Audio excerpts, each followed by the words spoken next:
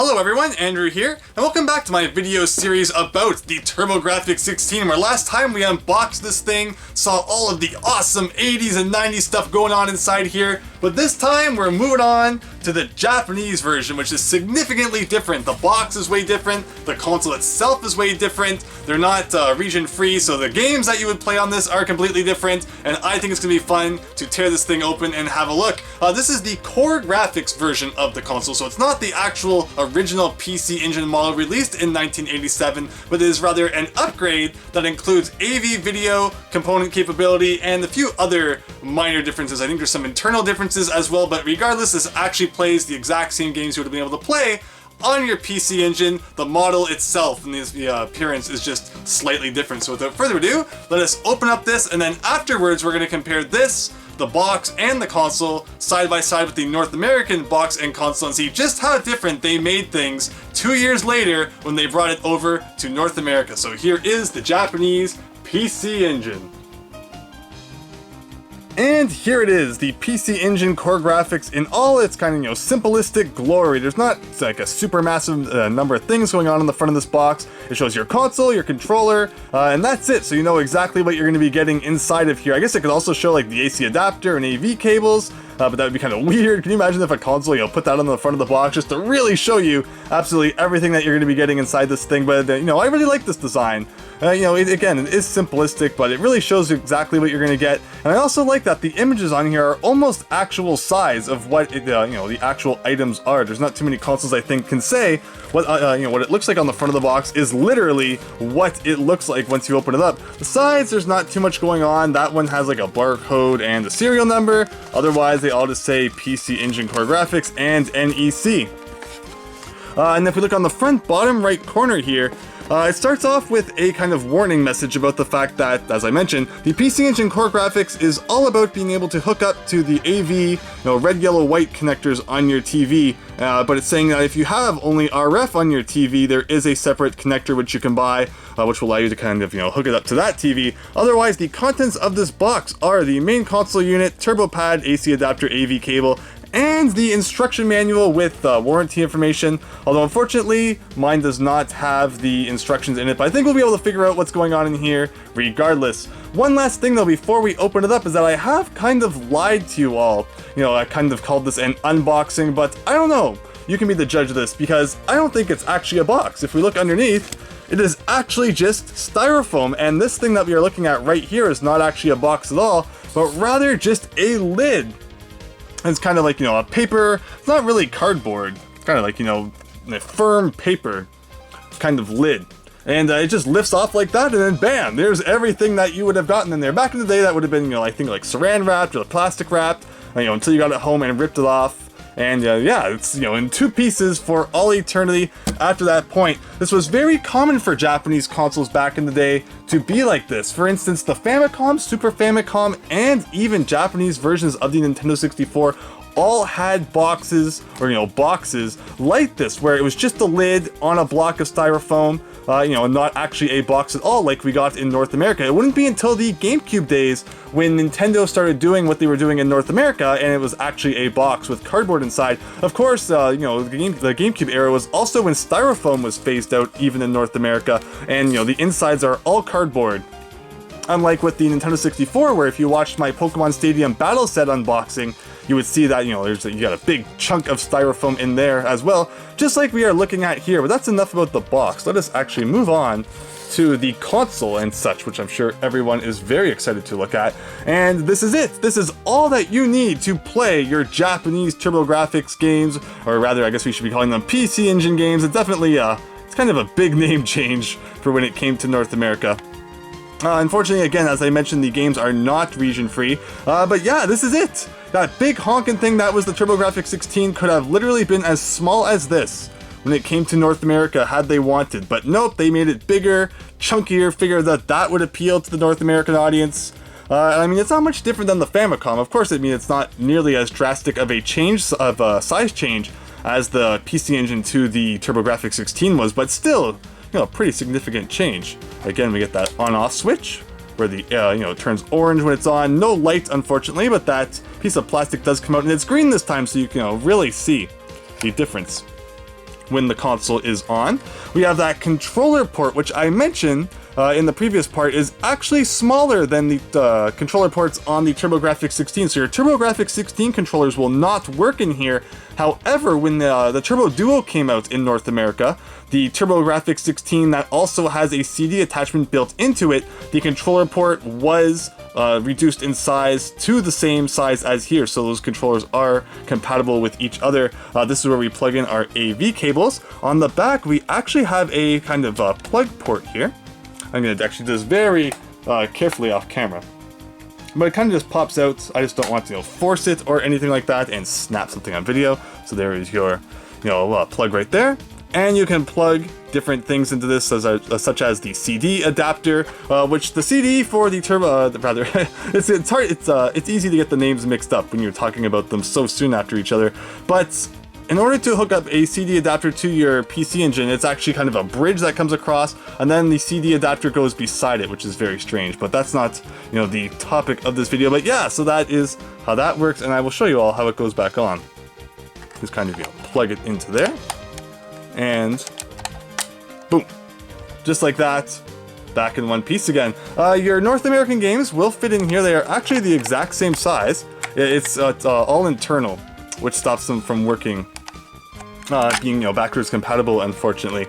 But yeah, we can just put that back in there from now. And what we will look at in a minute is actually a Japanese TurboGrafx 16 game, or rather PC Engine game. And literally the console is about the size of a jewel case. If you really want a good reference, that is one for you there. Over on the right here, we have the controller, which is very similar to the controller that we looked at that came with the TurboGrafx 16, pretty much identical. Actually, the very first model of the PC Engine in Japan did not have the turbo kind of compatibility up on the upper right here. So that is something that started with the CoreGrafx. And when the minis come out, there's going to be a PC Engine mini, a CoreGrafx PC Engine mini, and a TurboGrafx 16 mini. I wonder if the PC Engine original will not have the kind of rapid fire options, but if you want those rapid fire options and you want the Japanese version, you could of course get the CoreGrafx version, and you will get that turbo functionality. So definitely keep an eye out for that when the mini consoles come out, and if you're pre-ordering them and such, that's a difference to kind of look into. Otherwise, here we get exactly what you would expect. As I mentioned earlier, those AV cables, where that's the plug that goes into the side of the console. And here is your red, yellow, white connectors. Very basic stuff, and the cord is definitely a nice length, so you can kind of put the console wherever you want. Of course, one of the big problems with the TurboGrafx 16 and PC Engine is that their controllers are not very long. So you have that long AV cable, so you can set the console kind of up on a table, close to you, but still, it's definitely a pain having that short cable. I have picked up extension cords off of the internet though, for like, $5, $10, which I highly recommend, if you don't just, always want to have your console on the table beside you. And here's the power brick. Unfortunately, unlike the TurboGrafx one, this one is a big block where the prongs are. So I mean, you have to plug that into your power bar, and this is going to take up like 3 spots, which is not super fun.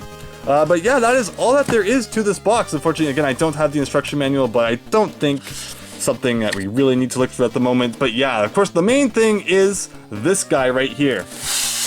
It is just so cool how small they were able to make the console. And again, right here, this is a game, a Japanese game, 1943 Kai. I absolutely love 1943, and it is actually the reason that I bought this guy. Back when I bought it over 10 years ago, it was extremely expensive to get your hands on a converter that would allow you to play Japanese games in your North American TurboGrafx 16. So I just, went the much cheaper route and bought a whole console instead. Who would think that that would actually be cheaper?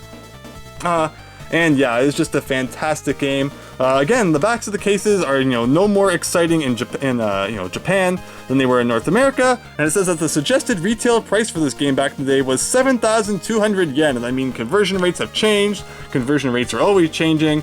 But you can kind of say it's around $72, Canadian, American. The Canadian dollar is a little bit lower than 100 yen at the moment. The American dollar is a bit higher. So, those rates will always be changing. But it's just kind of something to keep in mind. Opening this up, though, we see that we actually get, let me move that out of the way, kind of a piece of foam here, you know, it's to kind of keep everything in place, which is pretty cool. Some TurboGrafx 16 games even have like a little plastic arm, which is supposed to hold things in place, but it always snaps, so the foam is definitely a much more sensible option. And then, yeah, here we go. That is what your Japanese TurboGrafx 16 PC Engine game looks like. You even get a spot for your name on the back, so you don't get them mixed up. Which, I mean, I guess, you know, you trade them off with your friends, you know, all sorts of things. Like, that's just so cool. Like, they're just such neat games. They are the exact same size. And yeah, they pretty much look exactly identical except for the fact that, I mean, the backs are a little bit different.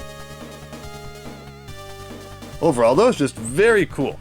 And again, you know, the Japanese ones also kind of come with this plastic sleeve. I'm just going to put that all back in there very nicely so that nothing gets lost or crushed. And there you go. So that is my look at the CoreGrafx, you know, PC Engine variant.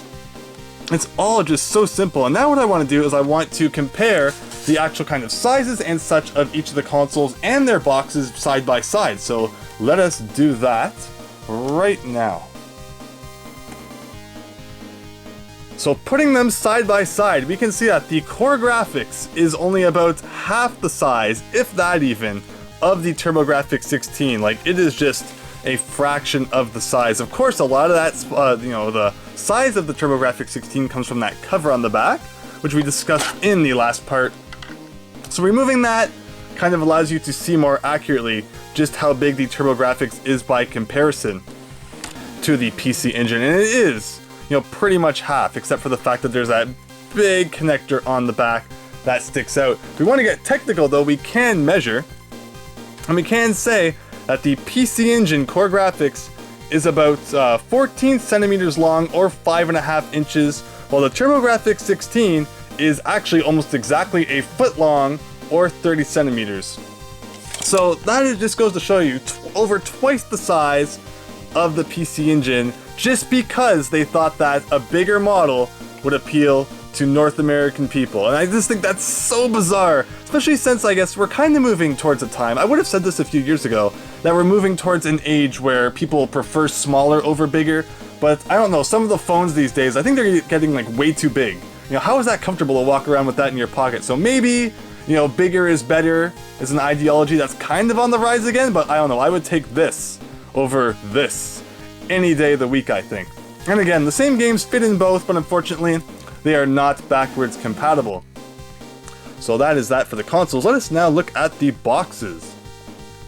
So as we saw, here is our PC Engine CoreGrafx box, nice and compact. If we measure width-wise here, we have almost a foot long, about 28 to 29, about 28.5 centimeters going on there. And if we measure it lengthwise, we have about 10 inches or 25.5 centimeters. So definitely nice and compact.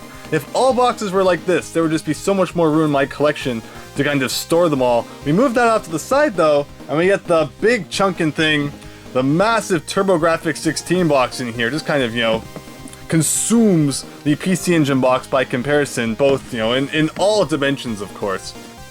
And if we measure this one up, we will see that it is just like way bigger. I mean, it's kind of obvious just by looking at it. You know, 14 inches, 36 centimeters by, you know, height-wise.